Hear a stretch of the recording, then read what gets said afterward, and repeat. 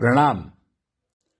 मैं कृष्णेंद्र कथा में अश्विनी दिल्ली वाले आप सभी का स्वागत करता हूं। और समय यात्रा कर रहे हैं हम लोग। और आज का जो टॉपिक चुना गया है वो चुना गया है ऐशो विज्ञान, नॉट ऐशो ज्ञान। ऐशो ज्ञान एक अलग चैप्टर है, पर आज हम चर्चा करेंगे ऐशो विज्ञान की।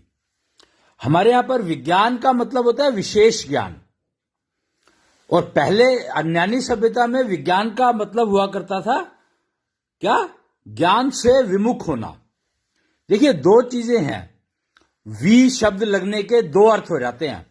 जब हम हिंदी की बात करते हैं तो जब किसी उसके आगे वी शब्द लग जाता है ना, वी, तो उसके दो मतलब हो जाते हैं। एक, विज्ञान, जैसे ज्ञान है, ज्ञान के आगे वी लगा तो अब इसके दो मतलब हो गए। ज्ञान तो ज्ञान है अपने आप में, नॉलेज, बट इसके आगे जैसे ही वी लगा तो इसके दो मतलब हो गए। तो शब्दों का चयन बहुत इंपॉर्टेंट है, समझना बहुत जरूरी है। हिंदी में बिल्कुल एग्जैक्टली आप समझ सकते हो। अज्ञानी सभ्यता और ऐशो सभ्यता के फर्क को आप समझ सकते हो। दोनों का फर्क आपको समझ में आ जाएगा जब आप ये समझेंगे कि क्या कि ऐशो अज्ञानी सभ्यता में विज्ञान को समझा जाता था ज्ञान से विमुख होना। मतलब आप ज्ञान को छोड़ दिया आपने और आप डेटा पे चले गए। मतलब उस ज्ञान और डेटा में फर्क क्या है, आपको यह समझना पड़ेगा। हम आज ऐशो विज्ञान की चर्चा कर रहे हैं और ऐशो सभ्यता के अंदर आ गए हैं हम लोग। तो अब यह समझना जरूरी है कि ज्ञान और डेटा में क्या फर्क है। डेटा से ज्ञान बनता है या ज्ञान से डेटा आता है? तो यह फर्क समझना बहुत बहुत आवश्यक है। नहीं तो आपकी आर्टिफिशियल इंटेलिजेंस जो ऑलरेडी बीमार हो चुकी है मर जाएगी।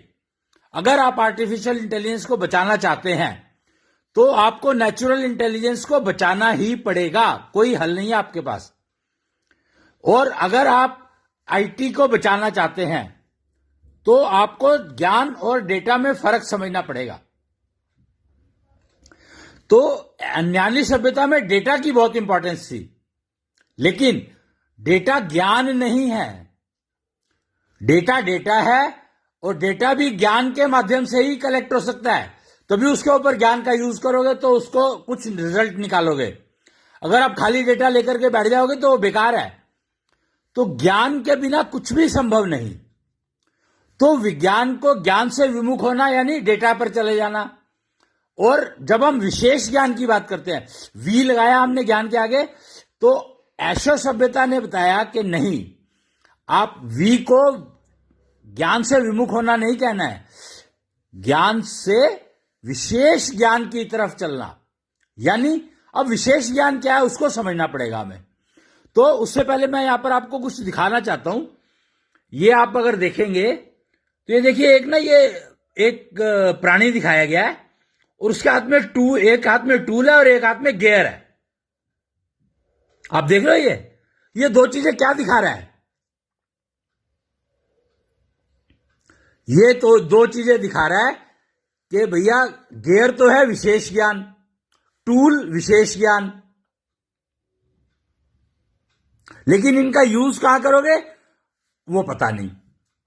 तो अगर ज्ञान के हिसाब से यूज करोगे तो आपको कोल्लू मिलेगा, जो कि आपको वो कच्ची धानी का तेल कहते हैं ना, सबसे सर्वोत्तम होता है कच्ची धानी का तेल। सरसों के तेल में वैरायटी की बात करते हैं जब हम। तो इसका मतलब क्या है कि ये गियर कहां लगाया गया है।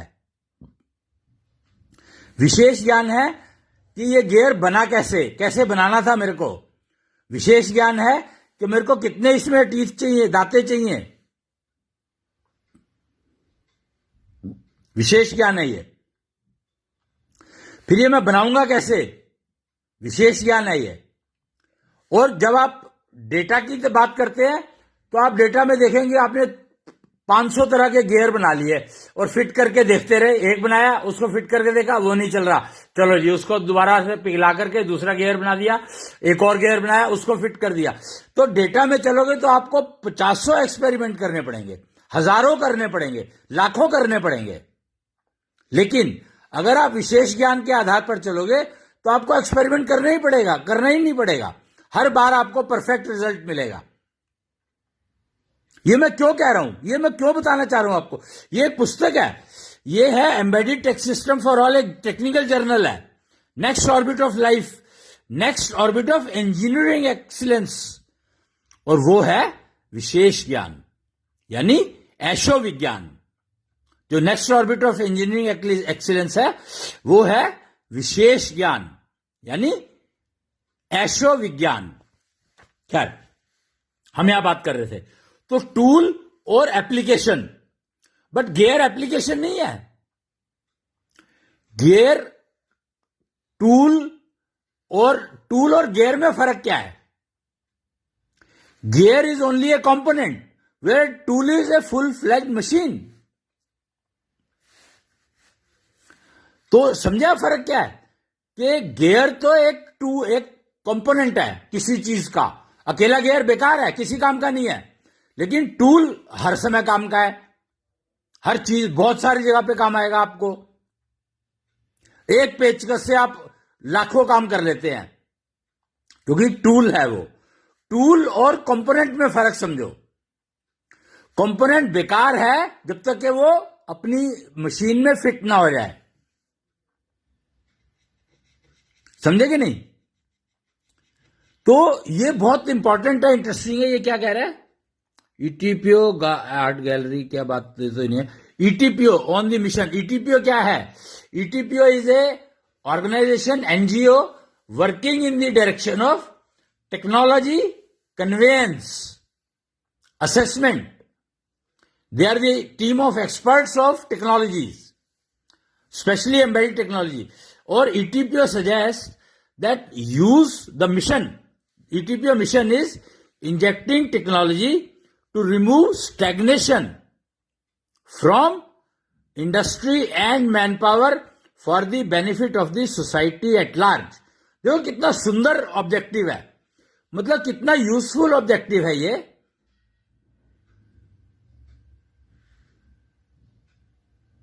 इसमें कोई नंबर लिखा हुआ है, फोन नंबर भी लिखा हुआ है किसी का, पता नहीं कब की मैगजीन है। तो बहुत पुरानी मैगजीन है, ये 2003 की मैगजीन है। 3 की भी नहीं है, हाँ 3 के आसपास की मैगजीन है ये। ओके चलो, खैर हमें इससे क्या लेना देना। नंबर लिखा हुआ है, अगर आप चाहो तो नोट कर लो और बात कर सकते हो इनसे। Mission injective, she is the, it seems it's there was a female that time, तो उसी का नंबर होगा। एंड प्रमोटर थी वो एक ईटीपीओ की थी, अभी भी होगी, अभी क्यों नहीं होगी। वो इंस्ट्रूमेंटेशन एक्सपर्ट यानी एम्बेडेड टेक्नोलॉजी की एक्सपर्ट थी, और वो इसी दिशा में काम कर रही थी, तो इसलिए ये बनाया गया। और जो ईटीपीओ के 2 मिशन है, एक इंडस्ट्री मिशन और एक ये कुछ लिखा है ट्रेनिंग विंग। ट्रेनिंग विंग में मिशन है developing entrepreneurs, solution providers and not मियर job seekers. अरे वाह, क्या मिशन है। मतलब ईटीपीओ एक ऐसी संस्था है जो जॉब सीकर्स की बात ही नहीं करती है। तो भैया कैसे काम चलेगा? हर कोई तो वो बन नहीं सकता businessman. O yes, that is the key, कि हर कोई बिजनेसमैन नहीं बन सकता, लेकिन एंटरप्रेन्योर हर कोई बन सकता है, और हर एक को बनना ही पड़ेगा। एंटरप्रेन्योर अगर नहीं बनोगे तो आप सॉल्यूशन प्रोवाइड नहीं कर सकते। फिर चाहे जॉब करो, नौकरी करो, या अपना काम करो।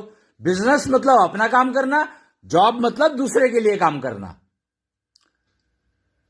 एंटरप्रेन्योर जॉब नहीं कर सकता ये कहीं नहीं लिखा, बल्कि जॉब जो दे रहे हैं एम्प्लॉयर्स जो हैं उनको समझना चाहिए कि they should give jobs to only entrepreneurs, not the degree holders. Only entrepreneur should be given job.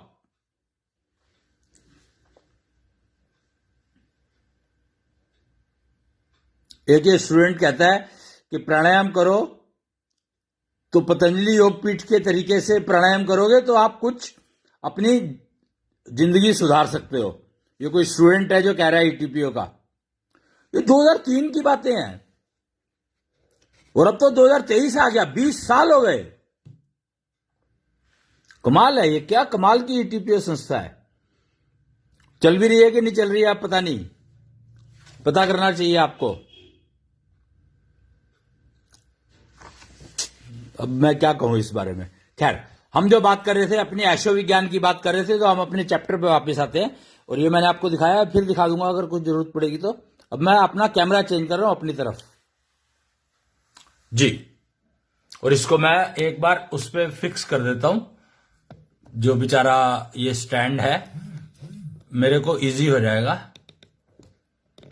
पकड़ना जी। प्रणाम। अश्विनी दिल्ली वाले के नाम से मुझे अब लोग जानते हैं। कृष्णेंद्र कथा करवाना मेरा काम है। वैसे एंकर डिजिटल लिविंग हूं मैं। एंकर डिजिटल लिविंग भी मेरे को एक वो मिला हुआ है, क्योंकि मैं डिजिटल लिविंग की बात करता हूं, डिजिटल लिविंग के बारे में बताता हूं, डिजिटल लिविंग के बारे में गाइड करता हूं, और डिजिटल लिविंग का काउंसलर हूं मैं, काउंसलर भी हूं मैं। तो एंकर भी हूं, काउंसलर भी हूं मैं, और डेवलपर तो हुई। एम्बेडेड टेक्नोलॉजी का गुरु भी कहलाता हूं मैं, क्योंकि एम्बेडेड टेक्नोलॉजी के ऊपर पहली ट्रेनिंग सेंटर इंडिया का मैंने शुरू किया था 2001 में। तो ये ईटीपीओ मेरे सामने ही बनी थी। मैं इसलिए थोड़ा बहुत जानता हूं इसके बारे में। पर ये किताब अब मेरे हाथ में 2-4 दिन पहले ही आई है, उससे पहले थी नहीं। मुझे पता नहीं था कि ये अभी भी एग्जिस्ट कर रही है कि नहीं कर रही है।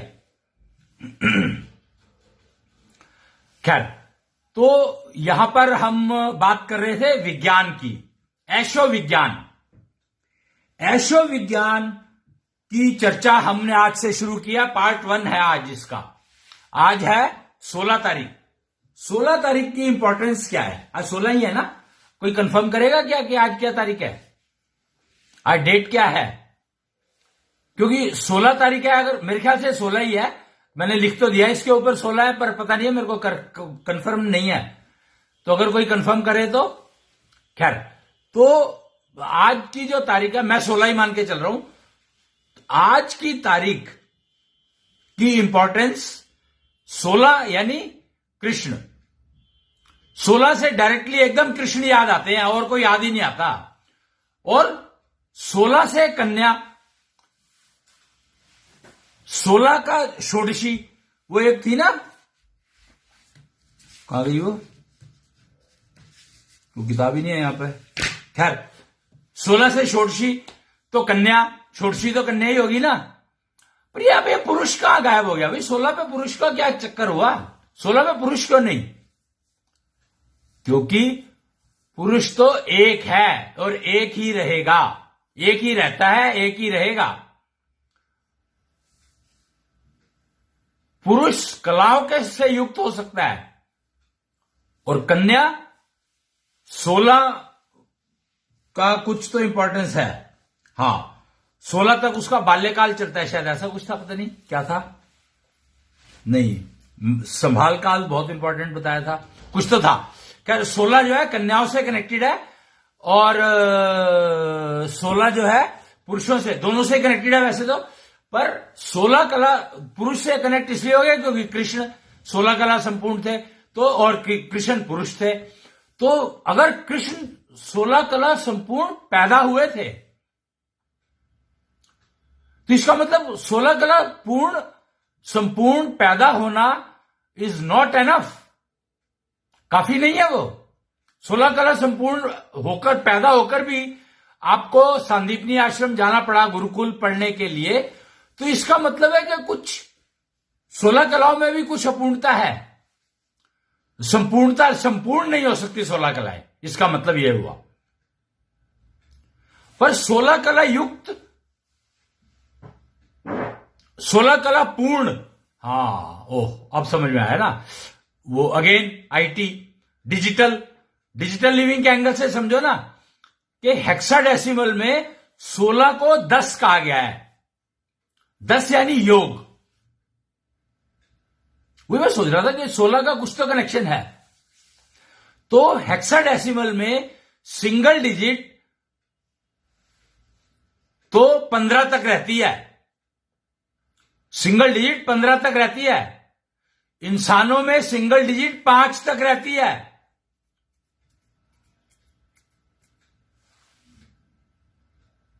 छह के लिए दूसरा आना पड़ता है, इसीलिए प्रॉब्लम है।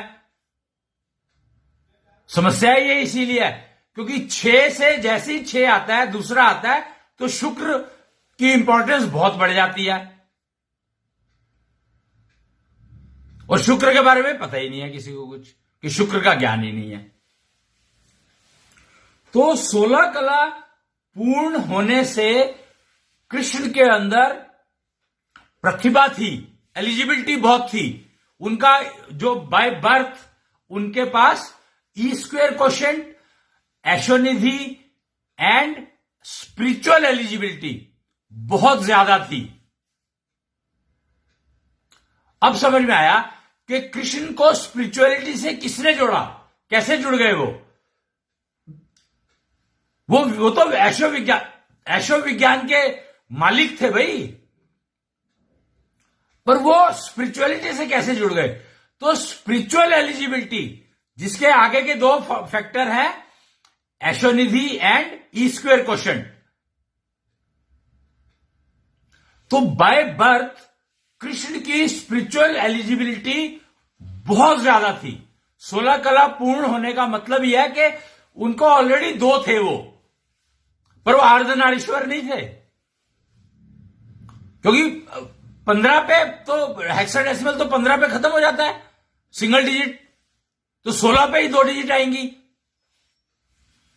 9 को पूर्णांक आ गया, अन्यानी सभ्यता में 9 को पूर्णांक आ गया। न्यूमरोलॉजी 0 से 9 चलती है, और न्यूमरोलॉजी की सबसे बड़ी प्रॉब्लम यही है कि वो 0 से 9 चलती है, इसीलिए उसको वो पता ही, कभी गलती कर देती है, कभी ठीक चलती है, कभी कुछ मतलब कुछ ना कुछ लगा रहता है। रोज रिसर्च चाहिए उसमें। वो साइंस है, वो वाला ज्ञान से विमुख होने वाला विज्ञान है।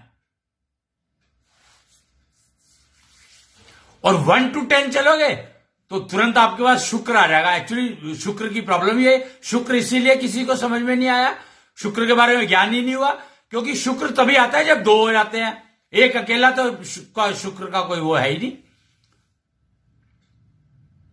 एक अकेले का शुक्र का कोई रोल ही नहीं है खास। रोल तो है, पर वो उतना है जो तो चलता रहता है, मतलब वो तो उतना तो होता ही है, सब में होता है, चाहे पुरुष हो चाहे स्त्री हो। स्त्री की प्रॉब्लम है, लड़की की प्रॉब्लम है, कन्या की प्रॉब्लम है, बहुत ज्यादा प्रॉब्लम है। क्यों? क्योंकि उसका शुक्र तो 6 साल से जागृत हो जाता है, और मेल का शुक्र जागृत ही होता है कब, पता नहीं, 14 साल की में 13 साल जब वो उसकी वो होती है, क्या कहते हैं, बाल्यकाल पूरा होता है, उसके बाद 3-4 साल जो है ना बहुत कष्ट के होते हैं। जब बाल्यकाल पूरा होता है तो 6 साल तकरीबन बहुत कष्ट के होते हैं। वैसे तो स्त्री के भी, लड़कियों के भी होते हैं और लड़कों के भी होते हैं, पर लड़कों का शुक्र 15 साल में जाके जागता है,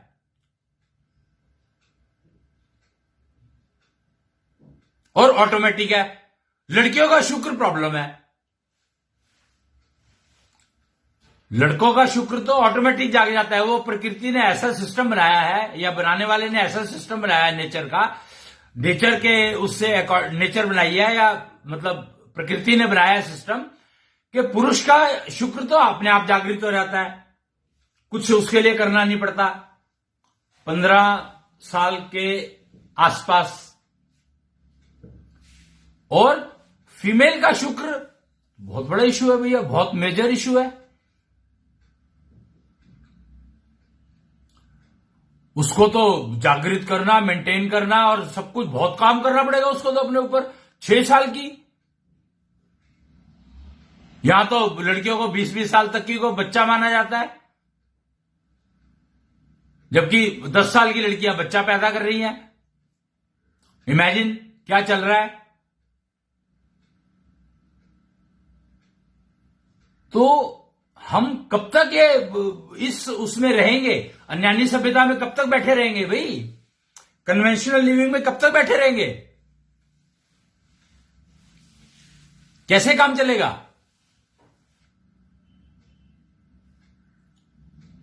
अब जीवन का लक्ष्य तो पता ही लगेगा फिर किसी को, ना फीमेल को ना मेल को। और छोटे छोटे श्वास तू लेकर, क्या छोटे छोटे लक्ष्य तू लेकर, पता नहीं क्या है यार ये कहता है छोटे मानव जो रखता रहा छोटे छोटे लक्ष्य, हो ना सका फिर कभी अपने ही समकक्ष। अरे जब तुम अपने ही समकक्ष नहीं हो सके, अपने आप को ही अपने बराबर नहीं ला पाए, तो फिर आप लक्ष्य, तो जीवन का लक्ष्य क्या है वो तो पता लगेगा ही नहीं, कभी समझ आएगा ही नहीं।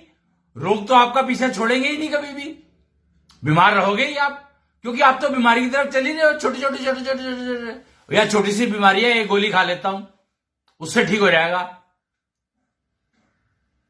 तो ये छोटे छोटे लक्ष्य नहीं समझ आते।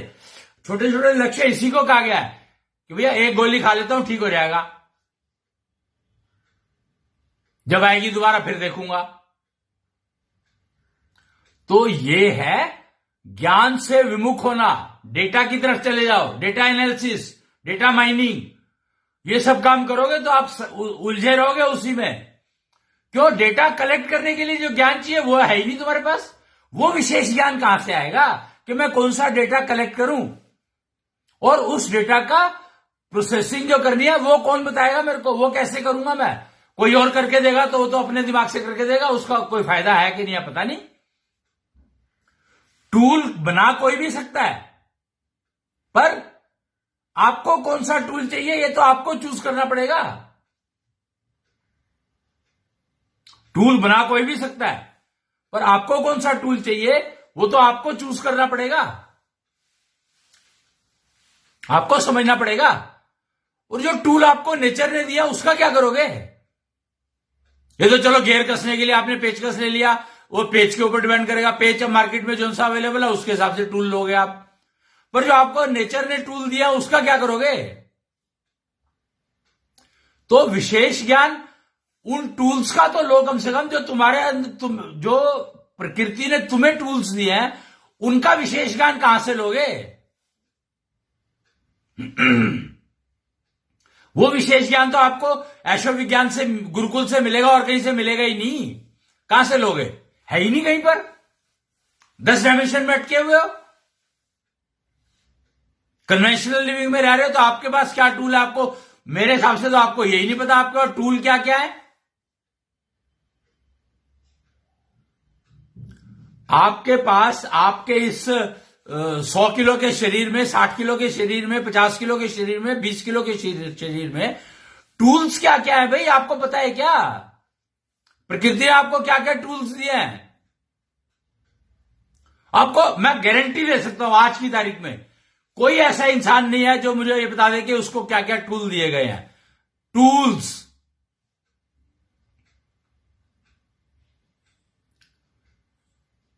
नहीं बता सकता। और फिर टूल को मेंटेन करना, टूल को यूज करना, वो कौन सिखाएगा? कहां से सीखोगे?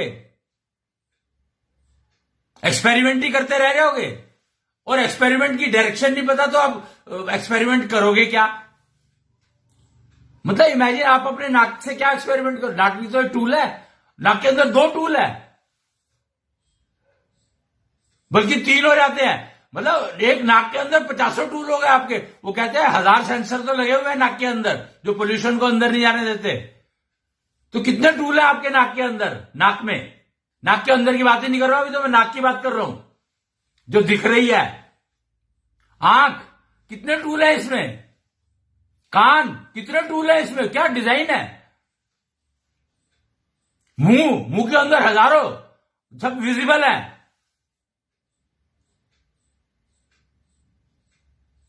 तो क्या इंसान को यह समझने की कोशिश पहले नहीं करनी चाहिए क्या कि मेरे पास टूल्स, मेरे पास, मैं मशीन हूं एक, तो मेरे पास, हाँ प्रॉब्लम अब समझ आई ना कि प्रॉब्लम क्या है।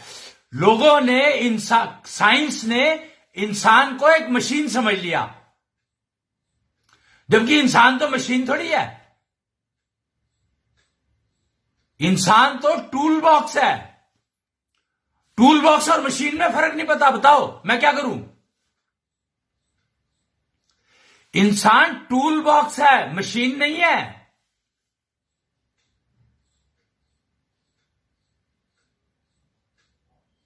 जो आपका ये शरीर दिखाई दे रहा है ना, ये मशीन नहीं है, ये टूल बॉक्स है। हाथ आपके टूल्स हैं, उंगलियां टूल्स हैं, पैर टूल्स हैं।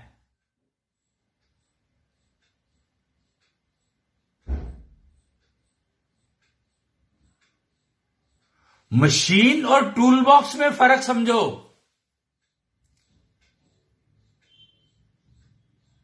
अगर हम इतना भी नहीं समझ पाए कि मशीन और टूल बॉक्स में क्या फर्क होता है, तो जीवन लक्ष्य तो आप भूल जाओ, forget it, it's not possible, you can't even imagine के देयर इज ए लाइफ और गोल ऑफ लाइफ।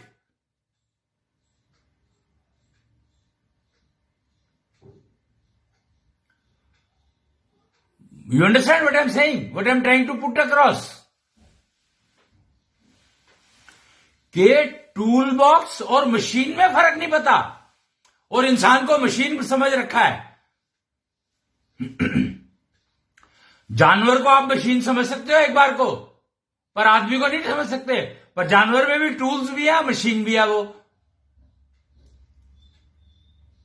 आदमी ऐसे ही इंसान टूल भी है और टूल ही है बेसिकली, मशीन है ही नहीं। ऑटोमेटिक टूल्स है, टूल कुछ मैनुअल कुछ ऑटोमेटिक, और हम बाहर ढूंढते फिरते हैं टूल चाहिए हमें। बताओ मतलब क्या हालत है, क्या हो गया है, कहां पहुंच गए हम लोग। अन्यानी सभ्यता में रहते रहते कहां से शुरू हुए थे। ब्रह्मा जी ने मानस पुत्र बना दिया था, आज क्लोन बनाने में लगे हुए हैं लोग, जानवरों का जानवर। अरे वो तो मानस पुत्र तो कब बन गया था, पहला तो मानस पुत्र ही बना था। और ब्रह्मा को किसने बनाया, वो किसी ने नहीं सोचा। क्यों? हम ब्रह्मा तक जाने की कोशिश ही नहीं करते, हम तो यहां रह जाते हैं कि भाई इंसान तो था, बंदर से इंसान बना। बताओ बंदर से इंसान बना क्यों? बंदर से इंसान कैसे बन सकता है? इंसान तो अपने आप में इंसान है और बंदर अपने आप में बंदर है, और दोनों तो आज की तारीख में एग्जिस्ट कर रहे हैं। ये थोड़ी हुआ कि बंदर चले गए, बंदर खत्म हो गए। और बंदरों की तो प्रजातियां कितनी है, इंसानों की तो प्रजातियां है ही नहीं कोई। इंसान तो इंसान है। बताओ बंदरों की कितनी प्रजातियां है, लंगूर है और काला बंदर है, नीला बंदर है, पता नहीं क्या क्या दुनिया भर के वो है। क्योंकि इंसान तो एक ही है, इंसान की कोई वो है ही नहीं जाति प्रजाति। इंसान इंसान है, चाहे कहीं भी चले जाओ पूरी पृथ्वी पर। बस फर्क यह है कि आप इंसान को जानवर मत समझो। Man is not a social animal, nor female, none is social animal. When you are human, you are human. Humans are tool box and animals are machines. Key difference between the two. और male can use self, अपने tool अपने आप use कर सकता है mail. जानवरों के tool, जानवर एज ए मशीन पुरुष इंसान ही यूज करता है। समझेंगे नहीं? तो मशीन को भी एज ए टूल यूज किया जा सकता है, पर टूल को पता नहीं, मतलब आप समझ लो, अपने आप समझ लो, फर्क दोनों का समझ लो कि मशीन और टूल में क्या फर्क है। अगर यह फर्क भी समझ लोगे तो आप समझो कि आपका मनुष्य जन्म सफल हो गया किसी हद तक। क्योंकि फिर आप कम से कम अपने समझने की कोशिश तो करोगे कि मेरे पास टूल क्या क्या है और उन टूल्स को मेंटेन कैसे करना है। और फीमेल में मेल के कंपैरिजन में कहीं ज्यादा टूल होते हैं, कहीं ज्यादा, गिनती नहीं है। 64 योगनियां कही गई हैं। सनातन संस्कृति की जब बात करते हैं ना, तो उसमें एक शब्द आता है योगनियां। 64 योगनियां कही गई हैं। तो 64 योगनियों का मतलब पता है क्या है? कि एटलीस्ट 64 टूल्स हैं कन्या में, लड़कियों में, औरतों में। 64 टूल्स तो है ही है। पर अभी मुझे किसी ने बताया, कोई जानकार है, महावीर गोयल, उनसे चर्चा होती रहती है, तो उन्होंने बताया 64 योगनियां तो कहां, योगनियां तो बहुत हैं, अनगिनत हैं। मुझे पता नहीं वो किन योगनियों को रेफर कर रहा था। और कृष्ण 64 योगनियों का राग सीखने के लिए सांदीपनी आश्रम गए थे। तभी उन्होंने वो कुछ ही दिनों में सीख लिया था सारा कुछ। सारी ट्रेनिंग उनकी कुछ ही दिनों में हो गई थी। रोज एक योगनी और एक एक योगनी को समझने में जन्म निकल जाते हैं कई कई तपस्याओं के, तब भी नहीं पता लगता। वो इसीलिए नारी ज्ञान मतलब अब दिखता है ना कि इसीलिए कहते हैं कि फीमेल को कोई समझ नहीं पाया, पुरुष अपने आप को समझ पाया क्या?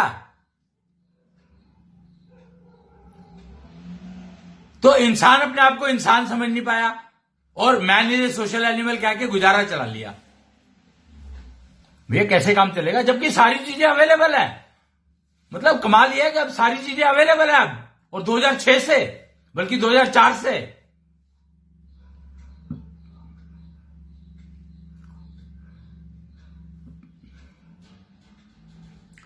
अप्रैल में 2004 से उपलब्ध है ये सारी चीजें।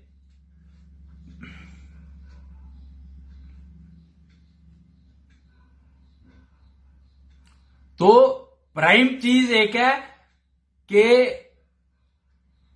इंसान टूल बॉक्स है, मशीन नहीं। बहुत इंपॉर्टेंट बात है ये समझने वाली। और ऐशो विज्ञान ईच टूल की जानकारी और उसकी समझ और उसको मेंटेन करने का तरीका, प्रोसीजर, और उसको टूल्स को यूज करने का प्रोसीजर। नेचुरली हर चीज चाहिए भाई, हर चीज चाहिए। और पुरुष में जितने टूल है उससे कहीं ज्यादा टूल स्त्री में है। पुरुष वाले तो सारे हैं ही, पुरुष के बाद जितने टूल है वो सारे तो स्त्री में है ही है, कन्या में है ही है, लड़कियों में है ही है। लेकिन उससे कहीं ज्यादा और है, उसके अलावा और बहुत सारे हैं जो पुरुष के पास नहीं है।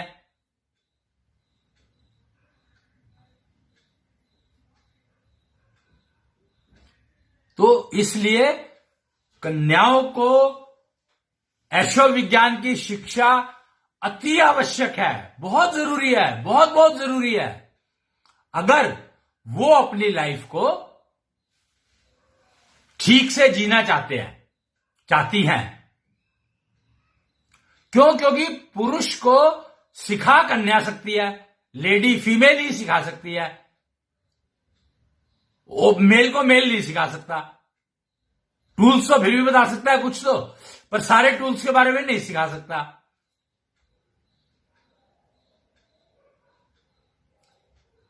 क्यों? क्योंकि मां स्त्री उसको जन्म देती है। प्रॉब्लम यहां पर यह है क्योंकि पुरुष को जन्म स्त्री देती है, तो इसलिए स्त्री सिखा सकती है उसको।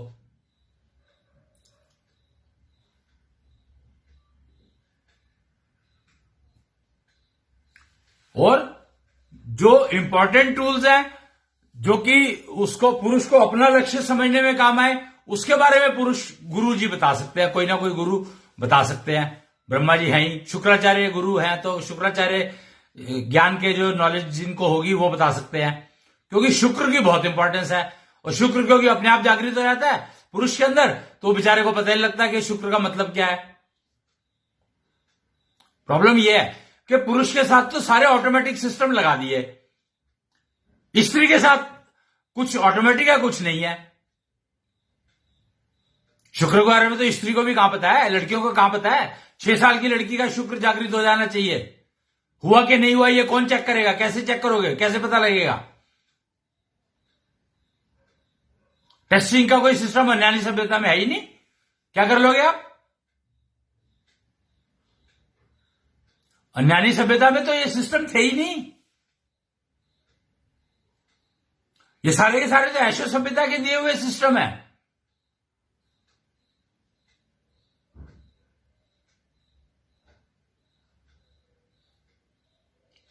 तो अब देख लो, अब मैं तो जानकारी उपलब्ध करा सकता हूं ज्यादा, तो मैं और क्या कर सकता हूं इससे ज्यादा? एंकर हूं मैं तो।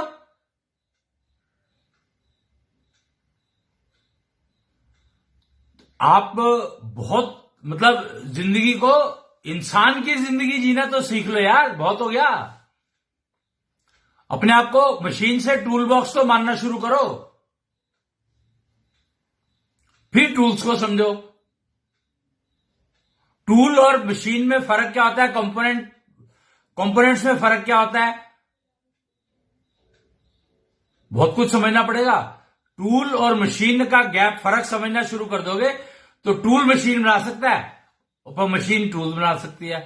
ये भी एक समस्या है वैसे तो, क्योंकि मतलब वो गुरु गोविंद सिंह जी ने बहुत बढ़िया एक ऐसा है वो किया था काम, जो अगर समझ लो तो शायद बहुत चीजें समझ में आ जाए, समझ में आने लगे। गुरु गोविंद सिंह जी, उन्होंने गुरु ग्रंथ साहब को गुरु डिक्लेयर कर दिया, अपने आप को हटा लिया। तो यहां पर यह बात नहीं समझ पाए कि गुरु गोविंद सिंह जी ने अपने आप को क्यों हटाया, और क्या हम ये समझ पाए कि गुरु गोविंद सिंह जी ने अपने आप को हटा करके गुरु ग्रंथ साहब को गुरु डिक्लेयर किया। इसका मतलब क्या हुआ, समझने की बात है। गुरु गोविंद सिंह जी ने तो बता दिया, पर हमें समझ क्या आया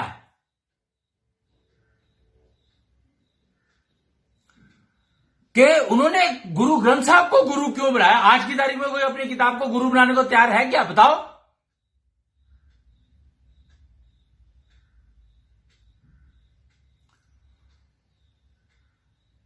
तो वो उन्होंने यही बताया कि मशीन टूल बना सकती है और टूल्स मशीन बना सकते हैं।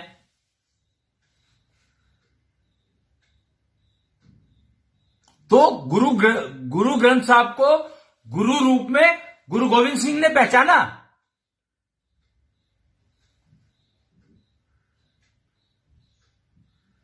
गुरु गोविंद सिंह को इतनी वो थी उनकी यशोनिधि, इतना उनका मनोबल था, इतना उनका आत्मबल था कि वो पहचान पाए कि हां ये ग्रंथ गुरु ग्रंथ साहब बनने के लिए उपयुक्त है। गुरु ग्रंथ साहब में बहुत सारे उनके संतों की वाणी है। Imagine, it's a compilation, it's not said by one person. Everything in Guru Granth Sahib is tested, time tested. तो गुरु ग्रंथ साहब को अगर जीवन जीने की कला सीखनी है, आपने जीवन जीने की कला की बात हो रही है यहां पर, और इंडिविजुअल की बात हो रही है।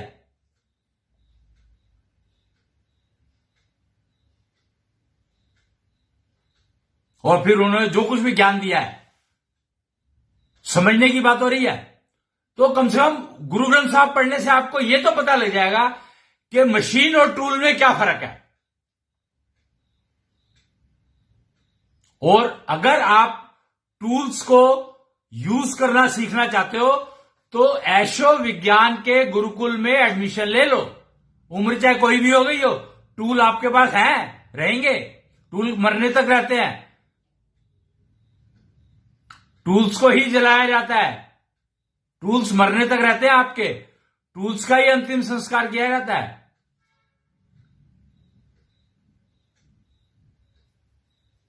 ये टूल्स उधार है आपके ऊपर, प्रकृति का दिया हुआ। तो उधार को उतारने का काम है, टूल्स को आप समर्पण कर दो जिसके हैं।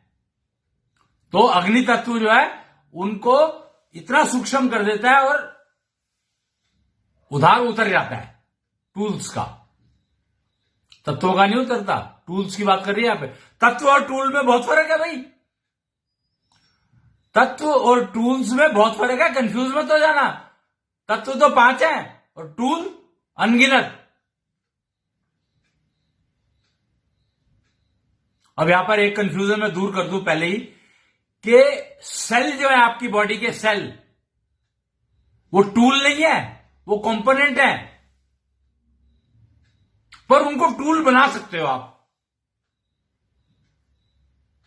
बहुत बड़ी बात है ये कि आप उनको टूल्स बना सकते हो अगर आप चाहो तो।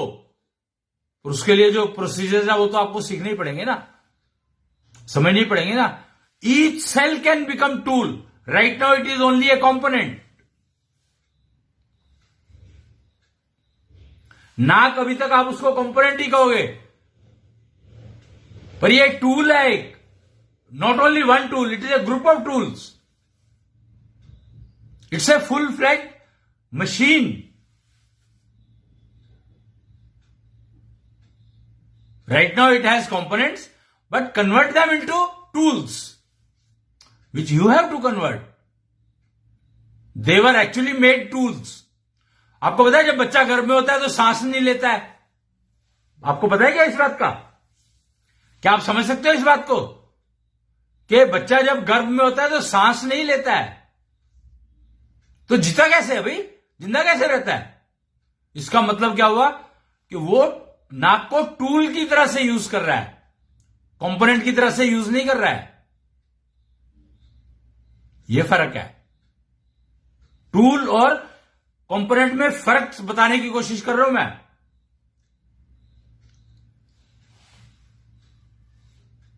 तो यह फर्क है कि नाक टूल है जब तक वो गर्भ में है, पेट में है, सांस नहीं लेता वो. जब बाहर आता है तो ये कंपोनेंट का काम करने लगती है, पर इसको हमें वापस टूल बनाना है. तो वो बनाने के लिए आपको ऐशो विज्ञान गुरुकुल में ही एडमिशन लेना पड़ेगा. कोई चॉइस नहीं है आपके पास, हल नहीं है कोई. और अगर आप शादीशुदा हैं तो बेटर है कि आप अपनी पत्नी को पहले एडमिशन दिलाएं. क्यों? क्योंकि उसके अगर टूल ठीक नहीं है या उसके पास, उसको ही नहीं पता कि उसके पास टूल्स हैं और वो टूल का यूज नहीं कर रहा है, तो उनको मेंटेन ही नहीं करती, तो आपको खाना मिलेगा, खाना तो खा ही रहे हो आप, तो बीमार तो होते ही हो. क्यों पेट खराब हो जाता है कभी भी? क्योंकि टूल्स, बनाने वाले के टूल्स मेंटेन नहीं है.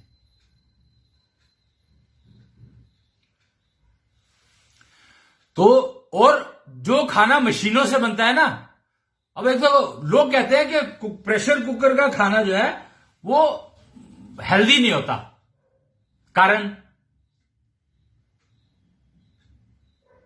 क्या है उसका? तो कारण है कि उसमें वाइब्रेशंस नहीं होती. जो मतलब प्रॉब्लम पता है क्या है? क्योंकि हमने अपने आप को मशीन समझ लिया, तो हमें पता ही नहीं है कि ये क्या कह रहा हूं मैं, समझ ही नहीं आता हमें पता ही नहीं लगता कि वाइब्रेशंस जो है वो बहुत इंपॉर्टेंट हैं. वाइब्रेशंस के जरिए ही आप टूल्स का यूज करते हो, टूल्स को मतलब मेंटेन करते हो. वो जब आप देखो अल्ट्रासोनिक मशीन को समझो आप, जो क्लीनिंग के काम आती है, अल्ट्रासोनिक क्लीनर्स, अल्ट्रासाउंड, अल्ट्रा ये नहीं कह रहा मैं, वैक्यूम क्लीनर की बात नहीं कर रहा हूं मैं, यहां पर अल्ट्रासोनिक क्लीनर्स की बात कर रहा हूं. तो उसमें ना अल्ट्रासोनिक वाइब्रेशंस जनरेट की जाती हैं.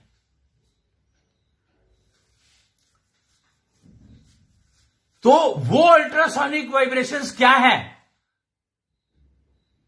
वो फिंगर्स, फीमेल की फिंगर्स में वो वाइब्रेशन होती है जो भोजन में आती है, खाने में आती है. वो अल्ट्रासोनिक वाइब्रेशंस जो उस फ्रीक्वेंसी की जो फीमेल जनरेट कर रही है, वो खाने में आती हैं. प्रेशर कुकर में फीमेल का हाथ नहीं लगता, इसलिए उसका खाना हेल्दी नहीं होता. तो कारण ये है. स्वाद तो हो सकता है, हेल्दी नहीं होता. बात हेल्दी और स्वाद दोनों चीजों की है. हमें दोनों चीजें चाहिए, हेल्दी भी चाहिए और स्वाद भी चाहिए. अगर स्वाद नहीं होगा खाने में तो यह समझ लो कि आपका टूल खराब हो रहा है, खाने वाले का. वो बनाने वाले का तो है ही खराब. खाने में स्वाद जो है वो ही आपके टूल को भी मेंटेन करता है. अगर आपके खाने का स्वाद नहीं है तो आपको खाने में स्वाद नहीं आया, तो इसका मतलब आपका टूल डिफेक्टिव है. अगर आपको सुगंध की वो होता है ना कि कई बार स्मेल नहीं आती, वो कोरोना ने बताया ना कि स्मेल गायब हो जाती है, टेस्ट गायब हो जाता है, तो वो यही है कि आपका टूल बेकार हो गया।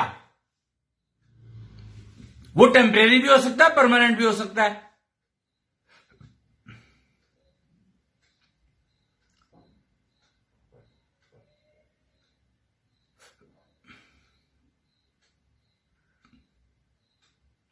टूल ये ना मेरे को बीच बीच में ना हिचकी सी आती है। ये पता है क्या है? ये है श्वास योग का एडवांटेज। हमारी जो एक नाड़ी होती है, वो आपने सुना होगा, इंगला, पिंगला, सुषुम्ना, ऐसे करके 10 नाड़ियां होती है। तो उनमें से एक नाड़ी है जो छींक को कंट्रोल करती है। अच्छी आपको कभी कभी छींक आती है, हमेशा नहीं आती है, कभी कभी आती है। तो वो एक नाड़ी जब एक्टिव होती है तो छींक आती है। छींक आने से होता क्या है पता है आपको? छींक आने की इंपॉर्टेंस क्या है? छींक आने से आपका ये जो टूल है ना, इसके अंदर जो टूल लगे हुए हैं, वो टूल, बहुत सारे टूल लगे हैं, तो वो टूल रिपेयर होते हैं। जब छींक आती है तो वो टूल रिपेयर होते हैं। सेल्फ रिपेयर सिस्टम है ये नेचर का। कहा गया है body is a self healing system. तो जब आपको छींक आती है तो वो एक, समझो कि वो एक टूल रिपेयर हुआ आपका, कोई अंदर का, नाक का। ऐसे ही एक नाड़ी है जो कि आपको उबासी लाती है। वो इधर मुंह खोलते हो बहुत सारा, उबासी लाती है। तो उससे क्या हुआ? वो एक सिम्टम है आपको टेंशन हो रही है, तो वो उबासी अगर आ रहा है आपको, तो टेंशन सारी दूर हो जाती है। स्ट्रेस रिलीवर है उबासी, एक स्ट्रेस रिलीवर है, आप रिलैक्स हो जाते हो। ऐसे ही एक नाड़ी है जिससे हिचकी आती है, वो डाइजेशन के लिए बहुत यूजफुल है, भूख लगने के लिए बहुत यूजफुल है वो टूल, डाइजेशन के लिए बहुत यूजफुल है वो टूल। क्यों आपको इसको समझना है तो आप ये देखो कि बच्चों को, जब छोटा बच्चा होता है ना, उसको दूध पिलाता है तो उसके बाद उसको डकार दिलाई जाती है। तो डकार भी एक टूल का यूज करना है। और फिर वो लिटा देता है तो उसको हिचकी आनी शुरू हो जाती है, बच्चे को हिचकी आनी शुरू हो जाती है। आप कभी भी नोट कर लो, कहीं पर भी जाकर के नोट कर लो, किसी भी लोकेशन पे वर्ल्ड में इंसान का बच्चा है तो उसको हिचकी आएंगी। तो डाइजेशन से लिंक्ड है वो उससे डाइजेस्ट होता है, डाइजेशन सिस्टम, हिचकी। तो वो उसके लिए एक नर्व है, एक नाड़ी है। तो इसको नर्वस सिस्टम क्या दिया? अगर आप टेक्निकल बात उसमें बात करेंगे ना, मेडिकल टर्म्स में, एलोपैथी की मेडिकल टर्म्स में, तो इसको नर्वस सिस्टम क्या दिया?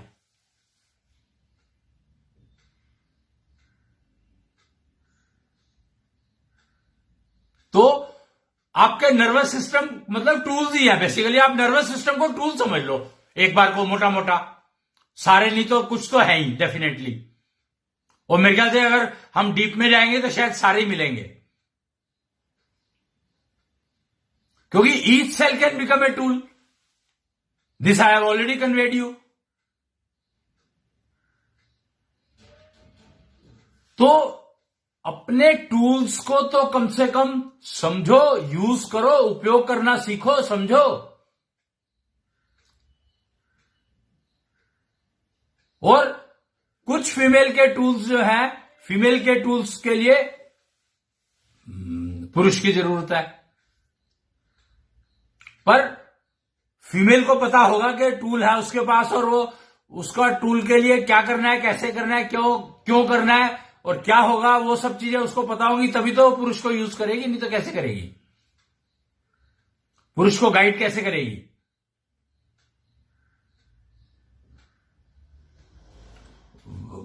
पुरुष को पैदा कर रही है, फीमेल है, तो गाइड कैसे करेगी जब तो फीमेल को ही नहीं पता? तो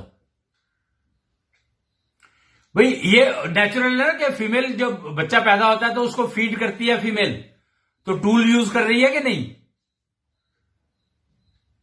मशीन थोड़ी लगी है, मशीन ने तो दूध कन्वर्ट कर दिया।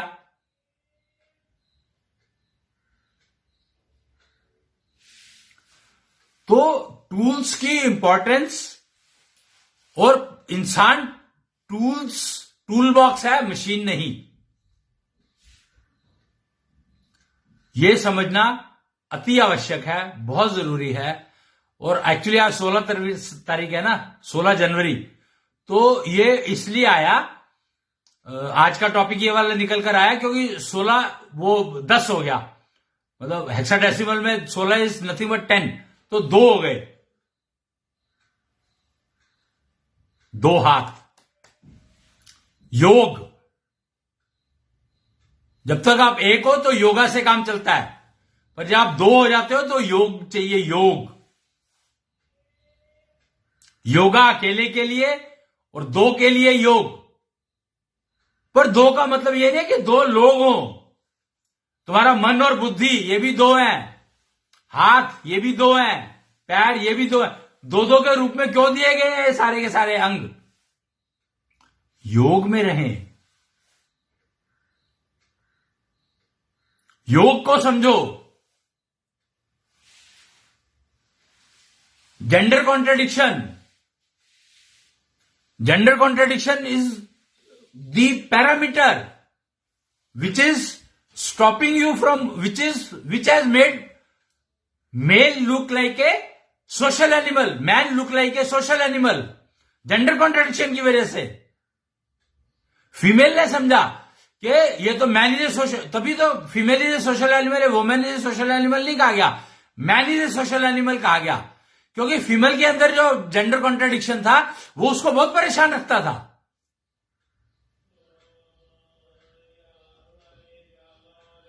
तो उसने उसको अपने वाले, उसके अंदर जो मेल जेंडर कॉन्ट्रडिक्शन के रूप में बैठा है, उसने उसको, उस मेल को एनिमल कहा है, तुम्हें नहीं कहा है, पुरुष को नहीं कहा है, अपने अंदर के जेंडर कॉन्ट्रडिक्शन को एनिमल कहा है उसने।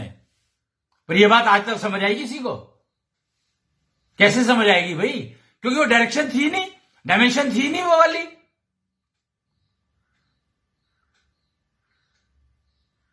वो डायमेंशन थी नहीं अभी तक, वो डायमेंशन तो अब आई है एशो सभ्यता के साथ।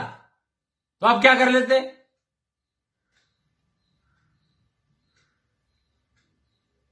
पर अब आ गई है तो कम से कम अब समझ लो, अब उसको सीख लो, समझ लो, उपयोग करना सीख लो, अपने बच्चों को सिखाओ, और तुम्हें खुद को भी सीखना ही पड़ेगा, मरने तक तो ये टूल चाहिए ही आपको। तो तुम्हें खुद को सीखना पड़ेगा, बच्चों को सिखाओ, और ये समझो कि 10 साल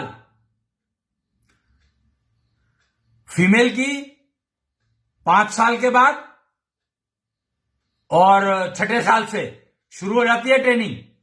तो मां को ट्रेन होगी तो मां फीमेल को, अपनी लड़की को शुरू करा सकती है।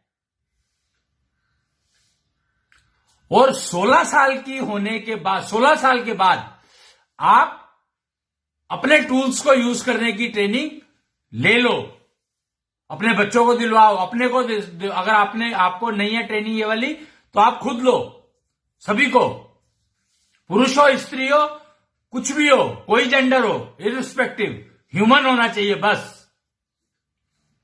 You should be human, you should be a part of human race, whether you are living alone और you are living with someone, you are living with family, doesn't matter, immaterial, सबका अपना अपना है, 100% इंडिविजुअल। कोई समय बताएगा क्या कितना हुआ, कितनी ड्यूरेशन हो गई है अभी तक की बात करते हुए? क्यों मुझे लग रहा है कि टाइम काफी हो गया, पर काफी हुआ है कि नहीं हुआ पता नहीं मेरे को, कोने तो हुआ है, देख लो अगर कोई बता सकता है तो। खैर हम आगे चल रहे हैं। तो ऐशो विज्ञान गुरुकुल लगने शुरू हो गए हैं, और इनका डेफिनेटली बहुत ज्यादा यूज है, और आज की तारीख में इनके अलावा किसी और चीज का यूज खास है ही नहीं एक्चुअली तो, क्योंकि जब तक आपको अपने टूल का ही नहीं पता तो आप करोगे क्या? प्रोफेशन में आप फेलियर हो, आपको कष्ट ही मिलेगा प्रोफेशन में, किसी भी प्रोफेशन में हो आप फेलियर हो 100%, क्योंकि आपको अपने टूल्स पता ही नहीं है, कैपेबिलिटी पता ही नहीं है, टूल्स की कैपेबिलिटी नहीं पता, टूल्स कितने मेंटेन्ड है यही नहीं पता, टेस्टिंग कभी कराई नहीं।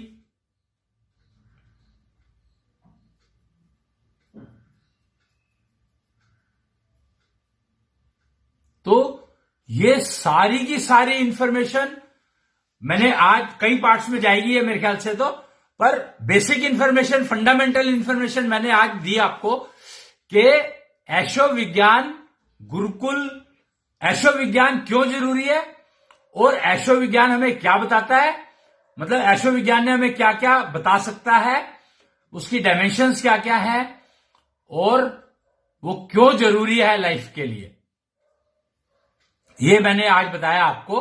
और अब 1 घंटा होने वाला है, हो ही गया तकरीबन समझो, तो मैं इसको बहुत ज्यादा आगे उसमें अगली उसमें जाऊंगा, पर यहां पर मैं आपको एक वो जरूर बताना चाहूंगा, ये पहले भी मैंने बताई है वैसे, कि एक ना छोटी सी पोयम है। पोयम क्या है, लिखा हुआ है कुछ, मैं दिखाता हूं आपको। ये देखिए ये क्या लिख रहा है। मैंने क्यों कहा कि इंडिविजुअल है, ये कहते हैं प्राणी इकाई है परिवार की।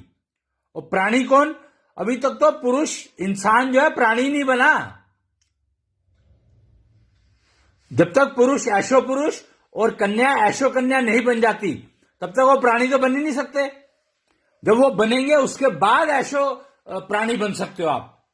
प्राणी मतलब जो अपने आप को ऐशो पुरुष मेंटेन रखे, और कन्या ऐशो कन्या अपने आप को मेंटेन रखे, तो वो प्राणी बनते हैं। कुछ ड्यूरेशन है उसके लिए, एटलीस्ट 9 महीने तो है ही, 1 साल भी हो सकता है, गर्भकाल 3 साल भी हो सकता है, गर्भकाल 3 साल का है। तो वो कहता है कि प्राणी इकाई है परिवार की। प्राणी इकाई है, इंसान इकाई नहीं है परिवार की, प्राणी इकाई है इंसान परिवार की। परिवार इकाई है कुटुंब की, कुटुंब इकाई है वसुधैव कुटुंबकम की, और वसुधा इकाई है ब्रह्मांड की। ब्रह्मांड में तो अपने आप ही अशांति छाएगी यदि एक भी इकाई कहीं भी गड़बड़ाएगी। तो ये मैंने आपको बहुत इंटरेस्टिंग था, तो पहले ही बता चुका हूं। और फिर कथा हूं कहत जात हूं, कहत बजाए ढोल, श्वास तो खाली जात है 3 लोक का मोल। और ये क्या कह रहा है, जब तक तन की आंखों से देखोगे तो विज्ञान दिखेगा।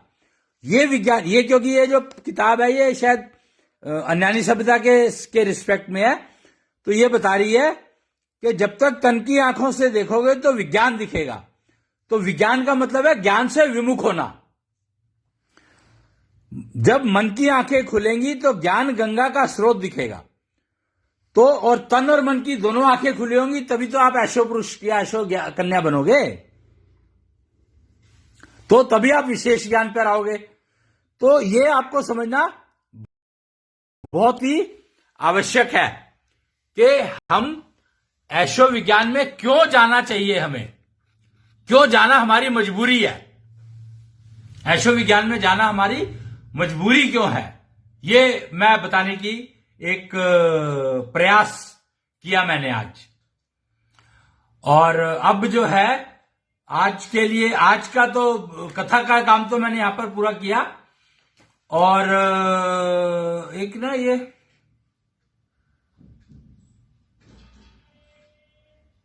हाँ, एक और पोएम मैं आपको छोटी सी सुनाना चाहूंगा। ये किताब है एक, वापस उतारता हूं मैं कैमरे को यहां से और इसको वो करता हूं शिफ्ट। ये देखो एक ना ये पुस्तक है छोटी सी, वयस्कता की ओर बढ़ते कदम। ये ऐशो विज्ञान की किताबें हैं सारी की सारी। वयस्कता की ओर मतलब संभाल काल की तरफ बढ़ते हुए लोग, बढ़ती हुई कन्या, खासकर कन्या के लिए है ये, dedicated to younger generation, but females के लिए बहुत इंपॉर्टेंट है ये। तो ये क्या कहता है, राम का स्वभाव हो, कृष्ण का प्रभाव हो, राम का स्वभाव हो, कृष्ण का प्रभाव हो, शिव का सद्भाव हो, तभी कामनाओं का अभाव होगा, जीवन में प्रवाह होगा, समस्याओं का अभाव होगा, विकास की दिशा होगी, मोक्ष की प्राप्ति होगी। लो जी, सबको ही लिख दिया इसने। यहां पे राम का स्वभाव होने का मतलब पता है क्या है? राम का स्वभाव होगा मतलब आपका हर सेल, आपकी बॉडी का हर सेल टूल बन जाएगा। कृष्ण का प्रभाव होगा, यानी आपकी सारी इंद्रियां आपके कृष्ण के कंट्रोल में आ जाएंगी। शिव का सद्भाव होगा, यानी आपको विशेष ज्ञान की जानकारी होगी। शिव मतलब विशेष ज्ञान की जानकारी।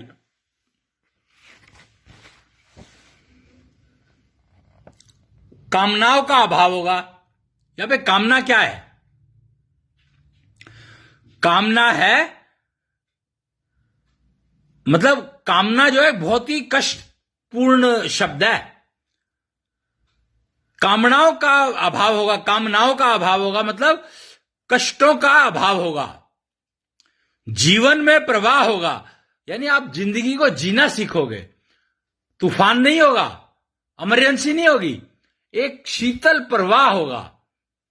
जैसे एक नदी कल कल बह रही है एक स्पीड से, उसमें बाढ़ नहीं आई हुई है, मस्त चल रही है, नदी की तरह से प्रवाह होगा। प्रवाह नदी के उसको कहा जाता है।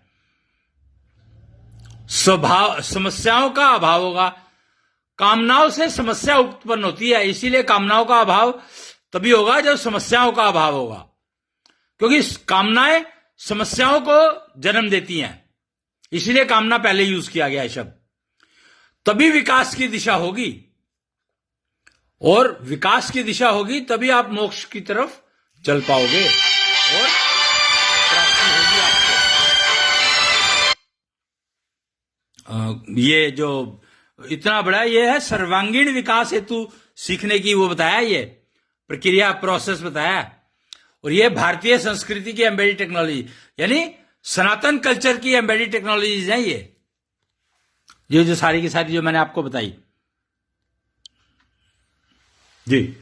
तो अब मैं आज का जो सत्र है यहीं पर समाप्त कर रहा हूं।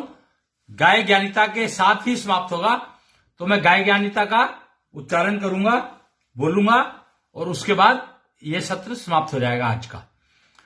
इतनी शक्ति हमें देना माता, मन पे विश्वास कमजोर होना। इतनी शक्ति हमें देना माता, मन पे विश्वास कमजोर होना। अनेक रास्तों में है एक रास्ता, भूल कर भी कोई भूल होना। भूल कर भी कोई भूल होना।